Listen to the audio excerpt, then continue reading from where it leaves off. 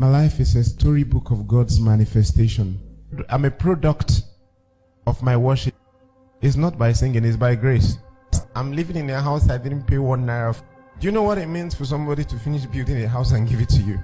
You know, and sometimes, every time I come out of my house, I look around, I ask myself, how old are you? Because I know that it's not by singing. And so I feel like it's time to even let people know the secret behind the glory they celebrate. My first album, The Definition, when that album came out, you know, Love World Records helped me to produce that album. And the first night, we sold 100,000 copies at Night of Bliss. Now, that was a lot of money. And then I was still climbing bike. And we didn't know it was going to sell that much. Then we had another program, Night of Bliss. It was all sold. And they called me. They said, we made money from your CD. We would like to give you 1 million. Eh? I thought, 1 million? That's a lot. So I called my mom. God bless my mother. My mom took me to church every day of my life. Scripture Union. SU, yeah. And she said, you know it's your first fruit. Leave it for them. And I thought, 1 million naira. And she that is telling me leave it for them, she didn't have 1 naira. I mean, me and my mom, we hawked together in Enugu. I will hawk this direction, she will hawk that direction. So she would have thought that, you know, this is a breakthrough, 1 million, God. And she said I should, you know, leave it for them as my first fruit. Well, I didn't have a choice but to obey her. So I told them, no, I don't want. Are you sure? I said, I don't want. Maybe from the next one. Do you know what God did? Now they took me to South Africa to shoot my first video. They said, okay, since you don't want money, let's make a video for you. Let's. And while we were shooting, I met some people who say, are you the Frank Edwards? We love your music. We didn't even know you're Nigerian, da da da da. But you know, your music needs to circulate, go to everywhere in the world, you know. But here's what you're going to do. You're going to remove Jesus and use God. It sounds the same. Nobody will know, because for your music to circulate, people that the name Jesus offends need to be your fans too. So but by the time you use God, they won't find it offensive, so you will be able to circulate your music. And when I saw the offer, and I thought, Jesus, God, the same thing is not much different. Nobody will know. You know, God spoke to me and said, see, if you do this, you will not last. If you don't, whatever they promise you, I'll double it for you. So again, I let it go. I mean, I let the offer go. Even my damn manager thought I made a mistake. You know, managers always want more money. So he thought I made a mistake, but I made my decision. So I let it go. I came back. And then God began to do his thing. I released my second album. Someone from nowhere. He said, someone is trying to reach you there. She's looking. In fact, when she started looking for me, she sent all her staff. If you don't find Frank Edwards, don't come to work. They came to my church, speak to some of my pastors. My pastors called me. Someone is looking for you. They gave her my number. She called me. And then she said, I've been listening to your music. And you know, as I listen, God keep pushing me to do something for you. Do you want to come and see me in my office? I know you are big. I say, me? Big? Send the address first. You know, she called all her staff, you know, members, took pictures with me. And she said, nothing. I just want to bless you. I just want to bless you like God placed in my heart.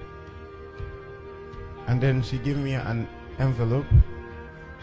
I said, thank you. You know, it looked big. It was on my way home that I opened the envelope. I opened it, so I called her. I said, Ma, the envelope you gave me. She said, what? I said, look what's inside. He said, that's for you now. And besides, anytime you want to do anything, the bill is on me.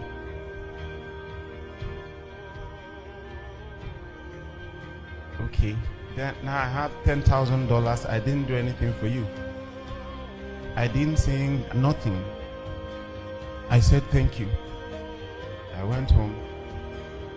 I removed my tithe and my seed. That's very important as well. The upper week, they say someone is looking for you. They gave the person my number. I played your music, it blesses so much, and God places in my heart to bless you. Can you come to my house? I went there, the same story. You know, God does not make empty promises, and He knows how to cause the chain reaction. You know, then the upper week, this other woman called me. Where do you live? I said, I live in Ireland. I mean, then I already have a good home and I'm very comfortable. And she said, Ikeja is noisy. How do you create your music in that noisy environment? She said, would you like to move to VGC? And then, you know, the first thing I did was calculate how much a plot of land is in VGC, even. That's if you find. So when I make the calculation, and that's why I said, I'd love to, but now I have other things I'm working on that I need to do with money. So this is not. And she said, okay, when will you like to move? So I said, I'll work on it. You know, I was thinking I would pay for it. And the next thing, I saw trucks in my house. Trucks. As I say, what would you like to take out of this house, and what would you like to live here? So as I talk to you, I didn't lose the other place. I have the two. I say, what would you like to take out here? I said, you want me to move? I will take everything. He said, no, just the things you will need, because the other place is already furnished. When I mean furnished, ask my manager, he knows my house. I live like a king. And that was what God promised me. And I kept my own part of the deal. I did not disobey. When I met them, all I wanted to do is to take pictures with him. You know, like you see a big superstar, I rush with my phone and say, good afternoon. I didn't even know whether to say afternoon or evening. Can I take pictures with you? And he said, okay. And he gave someone the phone and he put his hand on my shoulder. I was waiting for the picture and he looked at my face. And he said, Frank Edwards. I'm like, hey, you know my name. And then he said, wait. I said, anytime I see you, I must tell you this. So he brought his phone. He said, look at, all these are your songs. And he began to play my songs. I'm like, what's going on? And I said, anytime I see you, we must do something together. So it was not even my suggestion. It was not my suggestion. I did not beg for it. If you ask me to even beg for it, I don't know how to reach them when. I don't have his number. I don't know how to write. I don't know. But you see, God keeps to his promises. And then I'm saying to him, okay, sir. He said, we'll record together. I say, sir, if you invite me so that I can go to the embassy, I don't have a visa. And he said, I thought you have a studio. I said, yes. He said, I will come to your house. I thought it was a joke. The day he promised, he came. And he was with me from 8 a.m. to 9 p.m. He didn't rush. I just didn't understand what was going on. And then he said, okay, for this story to be complete, we'll have to record in my house too. We have to record in Nashville too. And I didn't have a visa. Now, because now I know people, like big people. So I called all the people and I said, I want to go to the embassy and I don't want to have difficulties. This governor spoke to this person spoke to this person. So they finally got someone to take me to Consular General's office at the American embassy. Yeah. So they took me in. I was sitting face to face with the consular. And I've been to that place before. They rejected me visa. And I'm asking myself, wait, Frank, you entered here, you didn't queue.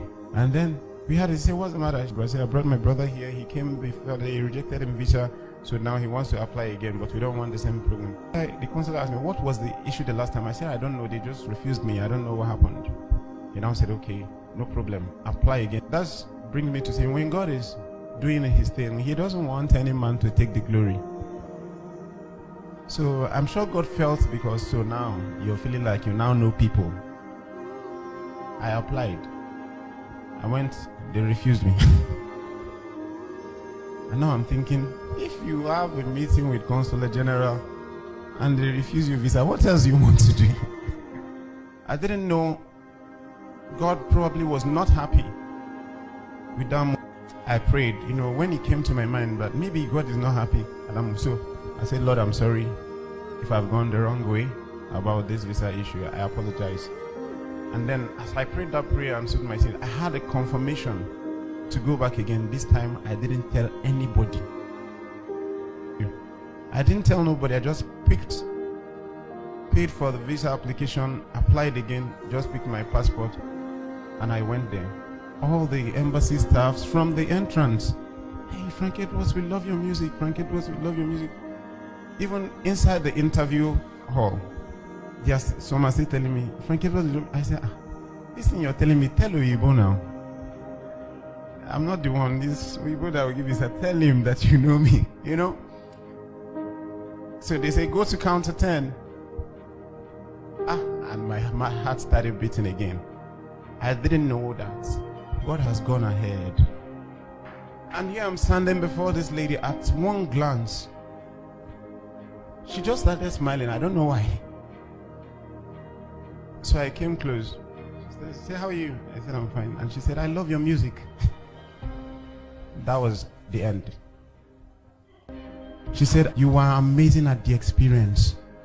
And I left, then a few days later, I collected my visa. And that's how I got to the visa. I went to America and we are done with our album.